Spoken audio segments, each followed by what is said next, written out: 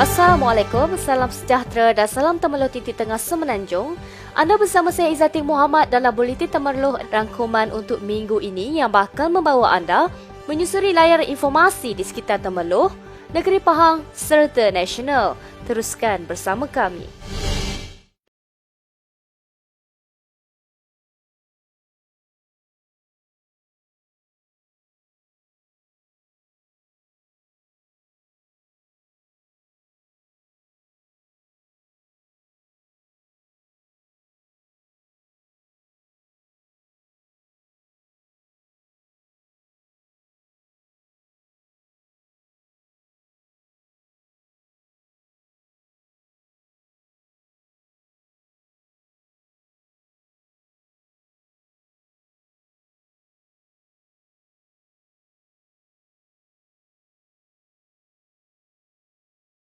Negeri Pahang menyambut baik saranan Timbalan Presiden UMNO, Datuk Seri Muhammad Hassan agar PAS membuat pendirian sama ada mahu bersama Muafakat Nasional MN atau Perikatan Nasional PN pada pilihan raya umum PRU ke-15 yang akan datang. Pengerusi Badan Perhubungan UMNO Pahang, Datuk Seri Warosdewa Ismail berkata, pendirian itu perlu dinyatakan bagi mengelakkan berlakunya persekongkolan antara dua parti itu kelak. Saranan ini wajar supaya tidak timbul sebarang konflik pada pilihan raya umum tersebut jika kedua-dua MN dan PN membuat keputusan untuk meletakkan calon masing-masing bertanding di kawasan-kawasan pilihan raya yang sama. Jelasnya di Pahang seperti mana diperakui sendiri oleh Pesuruhjaya PAS Negeri, Ustaz Rosli Jabar dan timbalannya Andan Surarabu.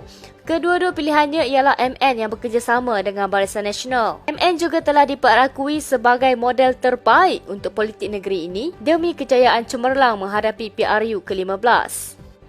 Ahli Parlimen Pengerang Datuk Seri Azalina Osman Said berharap kerajaan dapat menggabungkan rang Undang-Undang RUU Pemecatan Ahli Parlimen 2021 yang dibawa beliau dengan RUU Anti Lompat Parti yang sedang diusahakan oleh kerajaan ketika ini. Ini kerana kedua-dua RUU tersebut saling berkait rapat antara satu sama lain, malah ianya juga bagi memakmurkan institusi parlimen pada masa yang akan datang.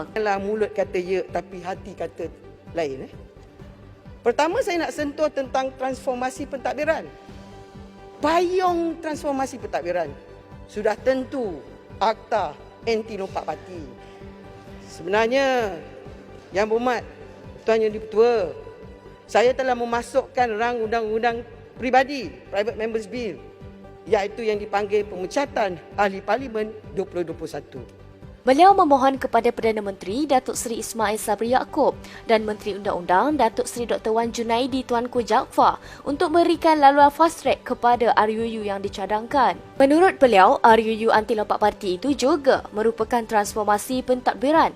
Malah ianya perlu dan seharusnya dilakukan secepat mungkin dan melalui RUU Pemecatan Ahli Parlimen 2021 ini juga akan mewujudkan satu mekanisme pemecatan lebih terbuka dan diberikan kuasa kepada rakyat untuk menentukan status ahli parlimen yang melompat parti. Terdahulu, pada hari Khamis minggu lepas, Azalina yang juga ahli Majlis Kerja Tertinggi UMNO turut memberi taklimat perkara yang sama kepada Barisan Majlis Mesyuarat Kerajaan Negeri Pahang, pimpinan Menteri Besarnya Datuk Seri Warosdewa Ismail di Wisma Seri Pahang, Kuantan. Negeri Pahang ketika ini dalam landasan terbaik untuk mencapai imuniti kelompok apabila setakat 16 September 2021, 960,126 ataupun 81.7% penduduk dewasa negeri ini telah mendapat suntikan vaksin sekurang-kurangnya 1 dos dan seramai hampir 691,254 orang telah mendapat dos lengkap. Menurut laporan jumlah pemberian dos vaksin JKJAV,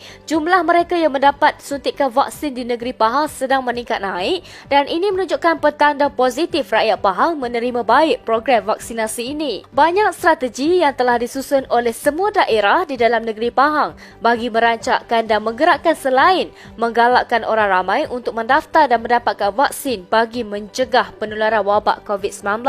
Vaksinasi tidak bermaksud kita tidak boleh mendapat jangkitan COVID-19, tetapi vaksin boleh mengurangkan risiko dan juga kematian. Bermula 15 September, Negeri Pahang telah memulakan vaksinasi remaja yang mempunyai penyakit di 5 buah hospital utama di Pahang selain program vaksinasi kepada pelajar berumur 16 dan 17 tahun akan bermula pada 20 September dan penyelarasan sedang dibuat bersama pihak JPN Pahang. Pelaksanaan projek rintis gelembung pelancongan domestik di Pulau Langkawi, Kedah yang telah bermula pada 16 September 2021 merupakan projek rintis gelembung pelancongan yang dilaksanakan di bawah Pelan Pemulihan Pelancongan. Exko Pelancongan, Kebudayaan Alam Sekitar Peladangan dan Komuniti Negeri Pahang, Datuk Seri Muhammad Syakar Samsudin dalam hantaran di laman Facebook beliau berkata, keputusan dibuat kerajaan berkenaan program gelembung pelancongan domestik memberikan kelegaan dan sinar baharu buat industri pelancongan yang terjejas teruk akibat penularan pandemik COVID-19. Beliau turut berharap kerajaan dapat memperkenalkan kawasan lain sebagai tempat peranginan di bawah gelembung pelancongan seperti di Pulau Tioman dan Bukit Fraser, di mana pulau tersebut telah lama bersedia untuk kembali dibuka menerusi program gelembung pelancongan. Selain itu, program pelancongan lain seperti Pusat Konservasi Gajah Kebangsaan PKGK Kuala Gandah, Taman Negara Kuala Tahan dan Taman Negeri yang lain termasuk Genting Highland dan Cameron Highland juga bersedia kembali beroperasi. Pembukaan semula sektor pelancongan perlu dilaksanakan bagi memastikan kelangsungan pemain industri pelancongan yang terjejas teruk sejak pandemik COVID-19 melanda negara. Beliau turut berharap kerajaan di bawah Kementerian Pelancongan, Seni dan Budaya dapat melihat tempat pelancongan lain yang telah bersedia dari pelbagai segi keselamatan dan persediaan SOP. Sebuah pusat kuarantin dan rawatan COVID-19 PKRC yang khusus untuk orang asli dibuka di Sekolah Kebangsaan Penderas di Kuala Krau. Menteri Pembangunan Luar Bandar Datuk Seri Mahathir Khalid berkata, PKRC itu mampu memuatkan kira-kira 500 pesakit di asrama sekolah dan kelas yang telah diubah suai. Menurut beliau, PKRC ini mula dibuka sejak 15 September lalu dan setakat ini menempatkan 184 pesakit COVID-19 yang terdiri daripada orang asli sekitar Kuala Krau. Tambah beliau lagi, PKRC ini boleh menempatkan sehingga 200 pesakit di asrama dan 300 lagi di dalam kelas yang diubah suai mengikut keperluan semasa dan situasi COVID-19 di kawasan berkenaan. Ini pihak Pejabat Daerah, Ahli Parlimen Datuk Seri Ismail dan juga Jabatan Kesihatan Daerah telah memutuskan untuk menggunakan sebuah sekolah kebangsaan atas kebenaran Jabatan Pendidikan Negeri Pahang menggunakan sekolah ini sebagai PKRC. PKRC, Pusat Kuarantin dan Rawatan COVID-19. PKRC. Inilah sekolah kebangsaan Penderas ni. Di mana sekolah ni juga adalah sekolah untuk masyarakat orang asli untuk bersekolah. Jadi hari ini dijadikan pusat kuarantin lah, mana yang COVID-19. Pembukaan PKRC khas untuk orang asli itu mendapat kerjasama Jabatan Pendidikan Pahang dan dikendalikan bersama oleh Kementerian Kesihatan KKM serta Jabatan Kemajuan Orang Asli dan seramai 1,133 orang asli di 10 perkampungan sekitar Kuala Krau dikesan positif COVID-19 dengan 4 kematian dicatatkan sehingga 16 September. Taman Tualang Indah Mentakap menjadi taman angkat pertama yang dipilih dan di bawah pengawasan oleh pasukan Amanita, Ibu Pejabat Polis Daerah Temerloh. Pemilihan taman perumahan tersebut merupakan sebahagian penglibatan masyarakat yang memfokuskan golongan suri rumah sebagai rakan polis wanita. Ketua Polis Pahang, Datuk Muhammad Yusof berkata, Amanita mendekati golongan wanita, terutamanya suri rumah tangga untuk membantu pihak polis dalam pencegahan jenayah di kawasan perumahan. Menjalinkan kerjasama dengan pihak PDRM dalam menyalurkan maklumat bagi mencapai matlamat pengurangan kadar jenayah setempat. Jelasnya, maklumat yang disalurkan kepada polis di kawasan rumah mereka boleh membantu membanteras aktiviti jenayah dengan pantas. Dalam usaha menyantuni mereka yang terkesan dan kalangan penduduk yang dikuarantin akibat COVID-19, UMNO bahagian Temerloh terus menyalurkan bantuan sewajarnya kepada mereka yang terlibat. Bertempat di Kampung Batu 1 Temerloh, UMNO bahagian Temerloh yang diketuai Datuk Seri Muhammad Syakar Samsudin sendiri bersama pimpinan setempat lain turun padang melihat serta mengagihkan bantuan keperluan makanan. Disebabkan keadaan yang tidak mengizinkan ini, beliau hanya dibenarkan menyampai barangan dari jarak yang sedikit berjauhan. Namun dekat di hati beliau ingin berbual sambil bertanya khabar mereka. Namun apakah daya, SOP perlu beliau patuhi. Menurut Kampung Batu 1 ini pula bukan asing bagi beliau yang pernah bermaksudhati di sini ketika usia remajanya. Masih ramai kenalan beliau yang masih menetap di sini dan sesekali akan mengambil kenangan manis yang tidak akan padam dalam hati beliau. Syakar turut mengucapkan terima kasih kepada MTSP Temerloh, JKKK Kampung Batu 1, APM dan penduduk setempat yang membantu mengagihkan bantuan ini dari rumah ke rumah. Peternak ikan patin sangkar di Sungai Pahang termasuk di Temerloh yang mengalami masalah pasaran perlu menyertai konsortium penternakan ikan patin Sungai Pahang dalam usaha mengatasi isu lambakan ikan sungai berkenaan. Presiden Angkatan Koperasi Kemasan Malaysia Angkasa, Datuk Abdul Fattah Abdullah berkata, penyertaan dalam konsortium berkenaan dapat menjamin pasaran ikan patin seterusnya, mengelakkan penternak mengalami kerugian akibat ikan matang yang tidak dapat dijual.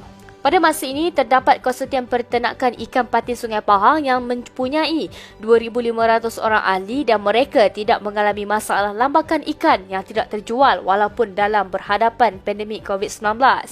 Akibat banyak kedai makan yang tidak beroperasi sepenuhnya menyaksikan ada penternak yang biasanya mampu menjual purata 200 ekor sehari, kini hanya mampu menjual 20 ekor ikan patin dalam masa sehari. Berdasarkan data 2020, terdapat sebanyak 1,673 peternak ikan sangkar di seluruh negeri dengan 34% daripadanya iaitu 563 orang peternak adalah di Temerloh yang merekodkan 4,096 unit sangkar ikan. Vanilla atau vanilla fragrance adalah sejenis tumbuhan dari keluarga Orchidaceae yang berasal dari Amerika Tengah dan Meksiko di kawasan tropikal lain di Asia. Syarikat Amani Vanilla Temerloh Sendirian Berhad ditubuhkan pada 2015 dengan tujuan mencuburi bidang pertanian secara eksklusif dan lebih khusus dalam memajukan teknologi pertanian melalui penanaman vanila. Dengan menggunakan nama Amani Vanilla Temerloh, Amani Vanilla Temerloh Sendirian Berhad merupakan antara pengusaha terawal yang menanam tanaman ini secara komersial di Malaysia dan terbaru mereka telah membuka sebuah kafe berkonsepkan dalam kebun vanila dan menerima kehadiran ribuan pengunjung setiap tahun. Amani Vanilla Temerloh yang menjadi pelopor industri vanila negara kini melangkah setapak lagi apabila diangkat menjadi produk baharu pelancongan Pahang. Keunikan dan tarikan Amani Vanilla Temerloh membuatkannya amat berpotensi untuk menjadi satu tarikan baharu pelancong dalam dan luar negara. Bermula sebenarnya pada 2008 masa tu saya mula menanam pokok vanila di dalam kaedah konvensional dalam hutan saja. 10 tahun selepas tu saya berhenti kerja, saya tumpu sepenuhnya kepada kebun vanila yang pertama. Selepas orang luar negara datang, ada keluar dalam TV dan sebagainya, potensi tanaman vanila ni untuk dikomersialkan sangat bagus. Orang tempatan pun mula datang. Alhamdulillah lepas pada tu semakin hari semakin ramai orang tahu, orang share. Jadi terima kasihlah kepada penduduk Temerloh khususnya yang telah support kami di sini di Kampung Bangun Parit ni. Sekarang ni orang datang sini nak lagi aktiviti. Jadi kami gunakan kawasan-kawasan yang dulu yang kami dah tanam mula-mula dulu. Kami beri tumpuan untuk nak menambah aktiviti je. Okey, sekarang kami akan clearkan mana-mana kawasan yang tak perlu tu dan tumpukan sedikit kawasan untuk tanaman vanila. Selebihnya kami akan pelbagaikan dengan aktiviti lain. Kami merancang untuk membuat, sekarang ni dah ada ATV, kami dah ada ATV ride, boleh menunggang ATV di sini dengan 3 trek pilihan, RM20, RM60, RM120. Memang puas hati, kena try. So sekarang ni kami akan dalam proses membesarkan lagi kawasan ni. Tanah kawasan ni ada 3 ekar, saya buat secara berperingkat-peringkat. Okey, jom tengok apa yang kami ada kat sini. Untuk mereka yang ingin mencuba, boleh hadir ke Kafe Amani Vanilla yang dibuka dari jam 11 pagi sehingga 7 malam setiap hari kecuali Isnin. Seri Pahang FC berdepan tugas sukar apabila diundi berada di kumpulan A bersama juara Liga Premier musim lepas Penang FC yang juga berada pada kedudukan ketiga Liga Super 2021 yang telah melabuhkan tirai minggu lalu. Selain itu juga, Seri Pahang FC turut berdepan cabaran sukar dari The City Boys yang menunjukkan aksi konsisten sepanjang 11 perlawanan terakhir mereka selain naik juara Liga Perdana yang belum diketahui sama ada Sarawak United atau Negeri Sembilan. Diharapkan Seri Pahang FC dapat bangkit dan mengubah taktikal serta corak permainan menjelang kempen Piala Malaysia ini selepas dikecewakan UiTM FC pada minggu lepas. Sekian daripada saya Izzati Muhammad. Jangan lupa untuk saksikan Buletin Temerloh di Facebook Temerloh TV pada setiap hari Jumaat jam 8.45 malam secara eksklusif di Temerloh TV. Siaran titik tengah Semenanjung.